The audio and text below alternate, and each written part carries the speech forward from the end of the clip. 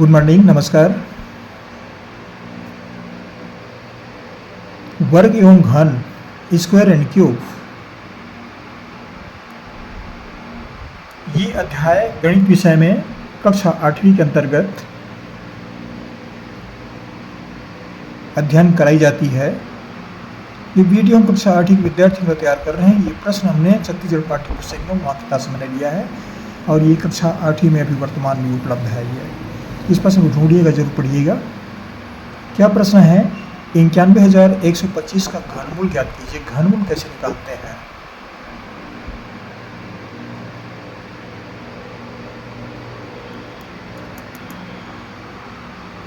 इक्यानवे 1,125 का घनमूल, ये हमको निकालना है।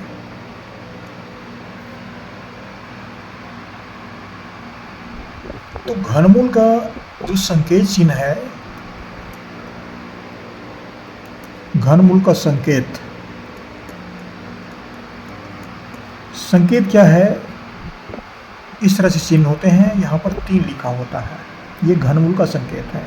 अगर यहाँ पर 3 नहीं लिखा है तो वह वर्गमूल का संकेत होता है। अगर 4 लिखा है तो भी चौथा मूल हो जाता है, क्योंकि यहाँ पर 3 लिखा है तो ये घनमूल का संकेत है। इसमें हम अभाज्य गुणनखंड विधि का प्रयोग कर रहे हैं। अभाज्य गुणनखंड विधि। अब चाहें तो भाग विधि का प्रयोग कर सकते हैं, और भी भाग विधि संबंधित प्रश्न मैंने जारी किया है, वीडियो को जरूर पढ़िएगा। यहाँ पर हम अभाज्य गुणनखंड विधि का प्रयोग कर रहे हैं।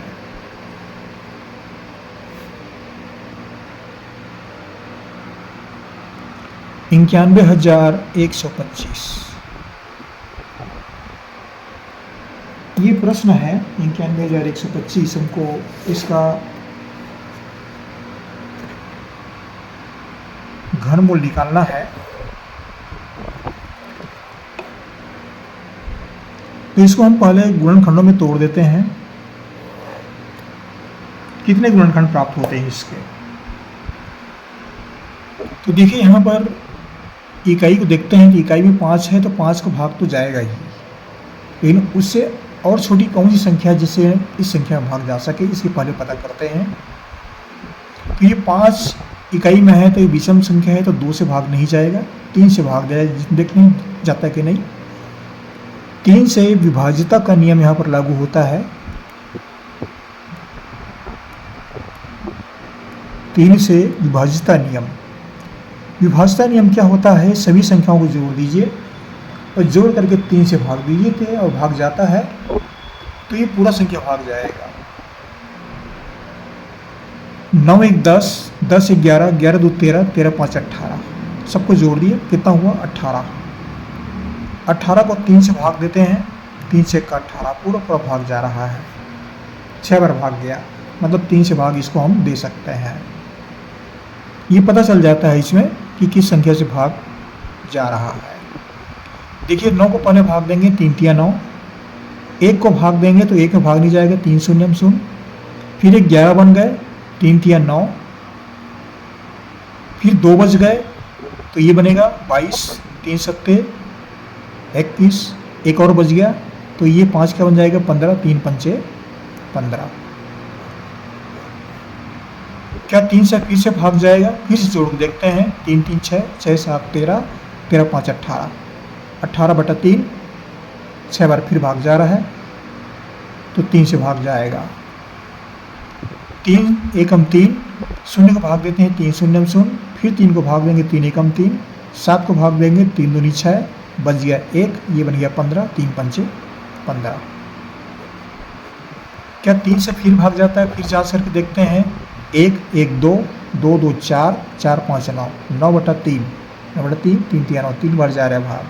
तो फिर से भाग देते हैं 3 से, 3 तिया 9, बच गया 1, ये बन गया 11, 3 तिया 9, बच गया 2, फिर ये 22 हो गया। 3 सत्ते 21, फिर 1 बचेगा, 22 में 21 गिराते हैं, 1 बचेगा, यहाँ कितना बन जाएगा? 15, 3 पंचे 15। क्या फिर 3 से भाग जाएगा? फिर जोड़ के देखते हैं, 3 3 6, 6 7 13, 13 5 18, 18/3, 6 बार फिर भाग जा रहा है, तो 3 से फिर भाग देंगे। 3 एकम 3, 3 एकम 3, 3 दूनी 6, बच गया 1, ये बनेगा 15, 3 पंचे 15। क्या फिर 3 से भाग जाएगा? फिर जोड़ के देखते हैं, 1 1 2, 2 2 4, 4 और 5 9, 9 में 3 को भाग देते हैं, कितना हो गया? 3 3 9, 3 बार भाग जाता है, तो 3 से फिर भाग देंगे। 3 3 9, बच गया 2, ये 22 बनेगा, 2 हासिल आता है, 3 7 21, फिर 1 बचेगा, 3 पंचे 15, 3 7 10, 10 5 15, 15 को फिर 3 से भाग देते हैं, 5 बार जाता है, तो ये पूरा पूरा कट रहा है, 3 से फिर भाग जाएगा। 3 एकम 3, 3 दूनी 6, बच गया 1, और ये बन गया 15, 3 पंचे 15। अब इसमें क्या 3 का भाग जाएगा? फिर जांच कर देखते हैं, 1 2 3, 3 5 8, 8 में 3 का भाग नहीं जाएगा, पूरा पूरा भाग नहीं जाता, तो किससे भाग जाएगा? इकाई 5 है तो 5 से भाग देंगे। 5 दूनी 10, बच गया 2, 12 में 10 घटाते हैं, 2 बच गया, फिर ये बन जाएगा 25, 5 पंचे 25, 25 से फिर 5 का भाग देंगे, 5 पंचे 25, और 5 को फिर भाग देते हैं, 5 एकम 5। ये इतने इसकी इस तरह से अभाज्य अंक निकाले जाते हैं। अब इसका मान क्या प्राप्त हुआ? 91,125।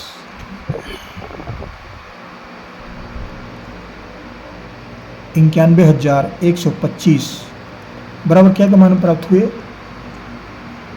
कितने बार गुणा हुआ है देख लेते हैं, इसको हम चेक कर लेते हैं। 3 का गुणा कितने बार हुआ? 1 2 3 4 5 6, 3 का गुणा 6 बार है, और 5 गुणा 3 बार है। 3 का गुणा 6 बार, तो इसको इस तरह से लिखेंगे, 3 गुणित 3 करके, 3 2 5 और 1 6, 6 बार हो गया। फिर 5 से गुणा है, 3 बार है, तो इसको भी 3 बार लिखेंगे। इन सब संख्याओं को गुणा करेंगे तो ये संख्या हमको प्राप्त होगा 91,125। अब देखिए यहाँ पर इसका घनमूल निकालना है हमें। अभी जो प्राप्त हुआ है वह गुणनखंड है, अभाज्य गुणनखंड है ये। अब घनमूल निकालना है, तो घनमूल निकालना है तो यहाँ पर 91,125 ये घनमूल का चिन्ह लिखेंगे, बराबर इन सब संख्याओं को फिर से लिखते हैं। 3 का गुणा 6 बार, 3 और 3 6, फिर 5 से गुणा 3 बार। इन सब में घनमूल का चिन्ह लगाते हैं, ये घनमूल हो गया। फिर जोड़ी बनाते हैं। देखिए घनमूल में, वर्गमूल में 2 2 की जोड़ी बनती है, घनमूल में 3 3 की जोड़ी बनती है। 3 संख्याओं की जोड़ी, ये 3 संख्याओं की एक जोड़ी बनी, इन 3 संख्याओं की एक जोड़ी बनी, और इन 3 संख्याओं की एक जोड़ी बनी। जोड़ी बनाते हैं तो ये संख्याएं समान होना चाहिए, एक जैसे होना चाहिए। अब देखिए 3 गुणित 3 गुणित 3, इसका हम घनमूल निकालते हैं तो यह केवल 3 होगा। इन तीनों का घनमूल निकालते हैं तो ये भी 3 होगा। ये 5 गुणित 5 गुणित 5, इससे घनमूल निकालते हैं तो ये गुणित 5 होगा। केवल एक बार लिखेंगे यहाँ पर। अब क्या प्राप्त हुआ? 3 गुणित 3 गुणित 5, 3 3 9 और 9 पंचे 45।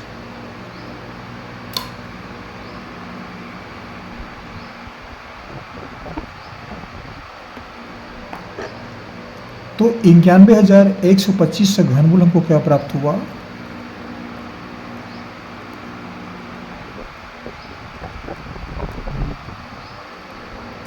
बराबर 45।